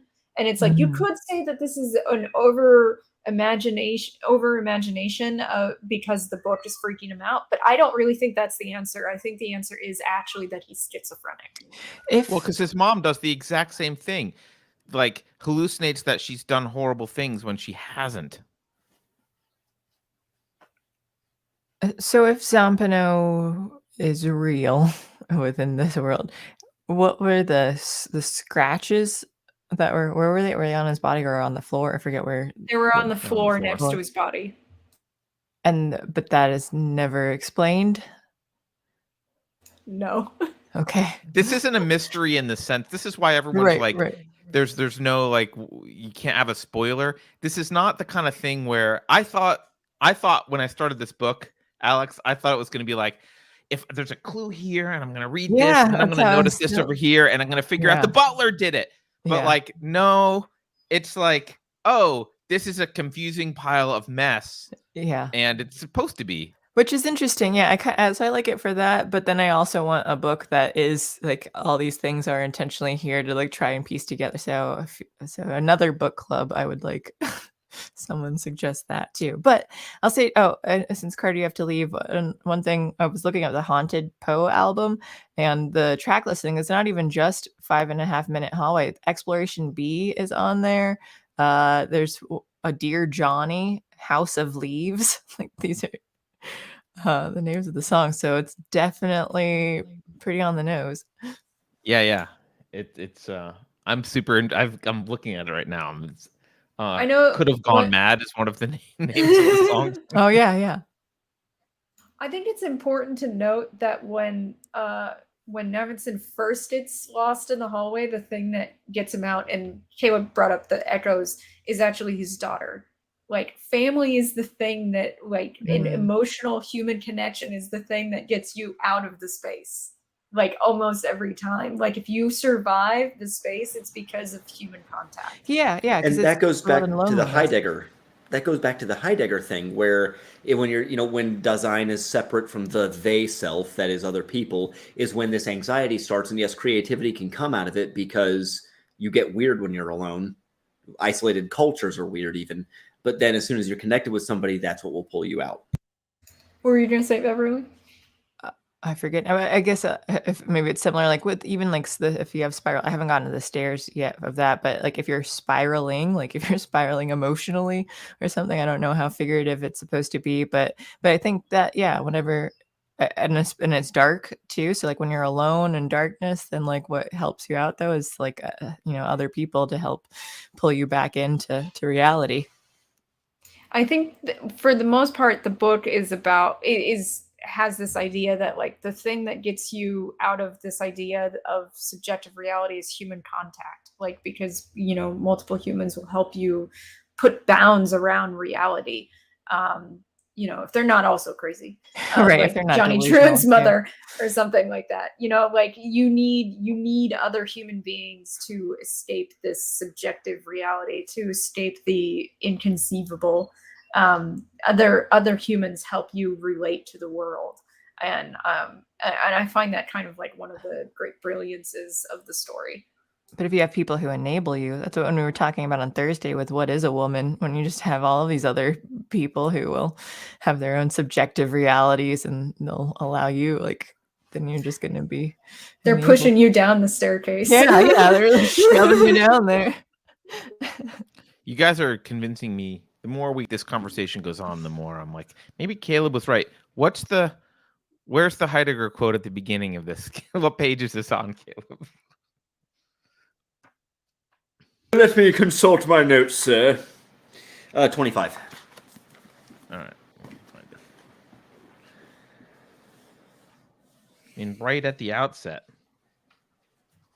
Yeah, and the funny thing is, that's the one place where he says, yeah, this is bullshit, and that's the one that's not bullshit. Or that's what I think. Oh, the Maybe uncanny one? Yeah.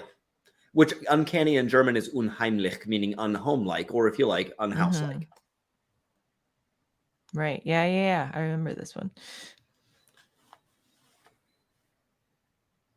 Huh. Carter, if you can read it out loud if you want. Oh, sorry. Sure. In anxiety, one feels uncanny. Here, the peculiar indefiniteness of that which I can never say Dasein. Dasein.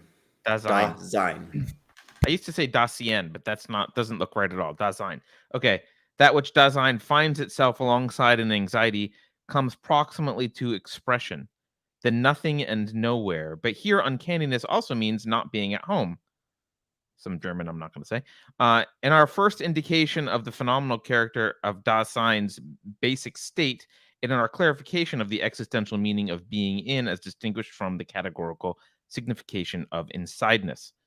Being in was defined as residing alongside, being familiar with. This character of being in was then brought to view more concretely through the everyday publicness of the they, which brings tranquilized self-assurance, being at home, with all its obviousness, into the average everydayness of Dasein. On the other hand, as Dasein falls, anxiety brings it back from its absorption into the world. Everyday familiarity collapses. Dasein has been individualized, but individualized as being in the world. Being in enters into the existential mode of the not at home. Nothing else is meant by our talk about uncanniness.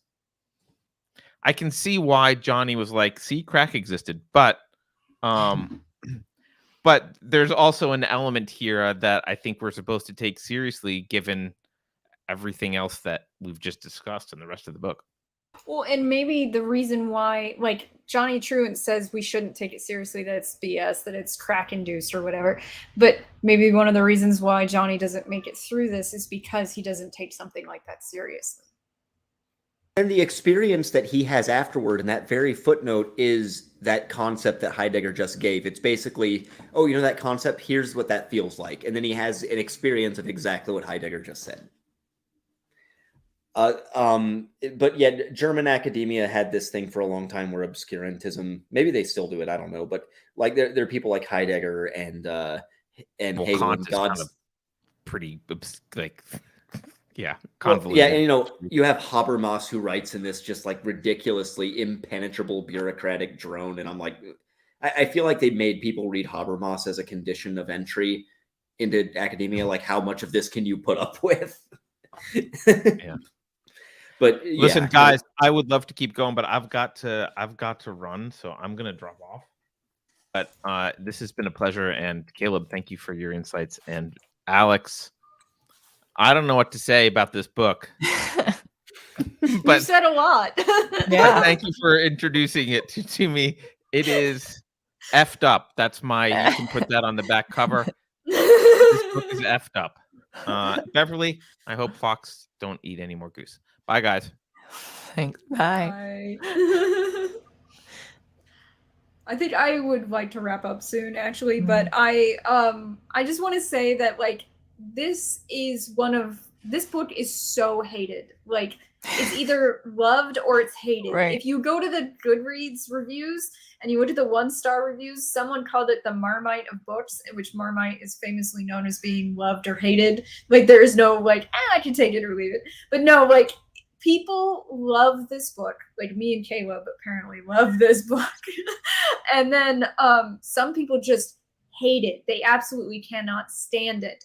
And I don't think that hatred is entirely misplaced or unuseful to what this book is trying to do, because of the fact that it is trying to show you that this kind of thinking pattern is bad. Right. Like and so like if you hate it, that means you're on the right path. And I just like one of them, I think it was a 1-word review, it said illegal. I will actually disagree somewhat. I mostly agree, but the slight disagreement is this thinking pattern is not necessarily bad. It's dangerous, which is not exactly the same as bad. And I literally That's just fair. quoted Foucault, please shoot me. Fair. I find that a fair interpretation. Like, yeah. I love books and fiction and scenes, even in movies and TV shows, that do a lot, that have a lot of layers to them, that are trying to, like, they do plot work, they do character work, and then they do thematic work. I feel like most of the time this book manages to do all of them all of the time, which I really appreciate, because I don't feel like there's a lot of people might say there's some wasted space here. I don't think that's true. So I know it's long. I know it can be considered tedious, but I think everything is where it should be and as it should be. That doesn't mean you have to like it, but that's why I love this book. I do like the idea of having to, where it's like, oh, see, go to this page kind of. I like the interactiveness for it, but it requires like a further step too, because it just says go to appendix such and such. I'm like, okay, well, what page is that? Like, you didn't give me an actual page, so now I have to go and find what the page number was to go here, and then you're bouncing around though. So I'm like, I want just a little bit of that cut out in between, where you just tell me directly which page to go to.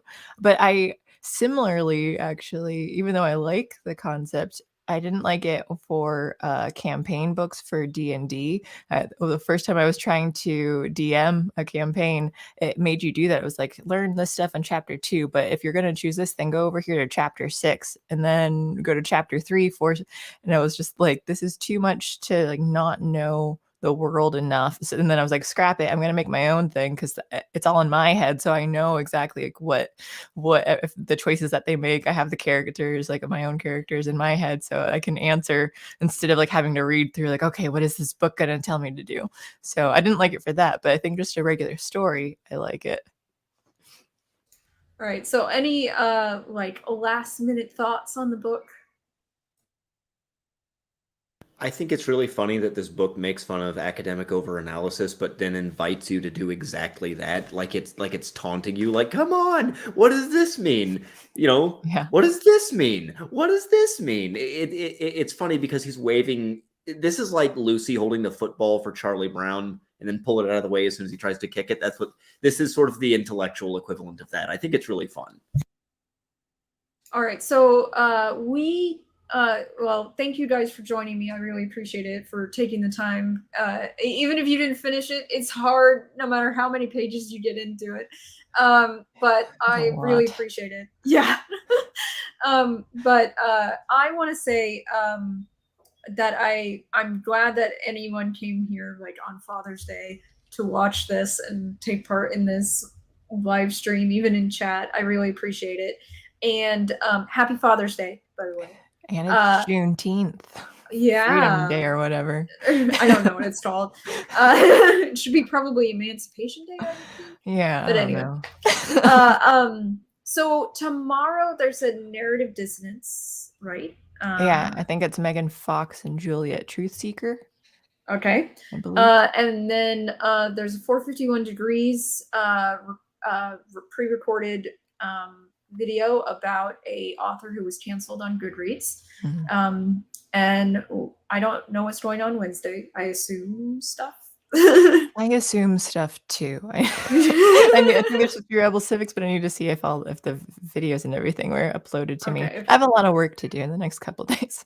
Okay. And then Total Dangerous Minority Thoughts. Report on third. Dangerous Thoughts Wednesday night. And then Token Minority Report Thursday. And our next book is Fossil Future, I believe, led by Carter. Okay, yes. Yeah, I think so. Yes. Carter is definitely leading something. I don't know if we have a date for it. I can't remember. I don't believe we do have a date yet for it. Okay. But yeah, that is the book though. But that's everything. Thank you guys so much for joining us again. Thank you for, everyone who showed up for the discussion. I really appreciate it. And if you could, walk your fingers over to the like, share, and subscribe buttons, we would really appreciate that too. I know it's a long live stream, but book club usually is. So thank you guys so much. Oh, and I'm going to go ahead and take this opportunity. I have my own channel. Look up Caleb Beers. You see me in the chat there. So go subscribe to me too. If you like his pontificating, go ahead. It can be fun. Yeah, you said, and Caleb Beers, right? Yes, ma'am. Hang on. I think I found. Is this you? I'm just gonna put this. Yeah, that sounds like you. I'm gonna put it in chat. Yeah. Thank you. Oh, okay. All right. Well, thank you. I need to find the end credits. Yes, we just need to do that, and we're done. All right. Goodbye. Happy Father's Day. Bye.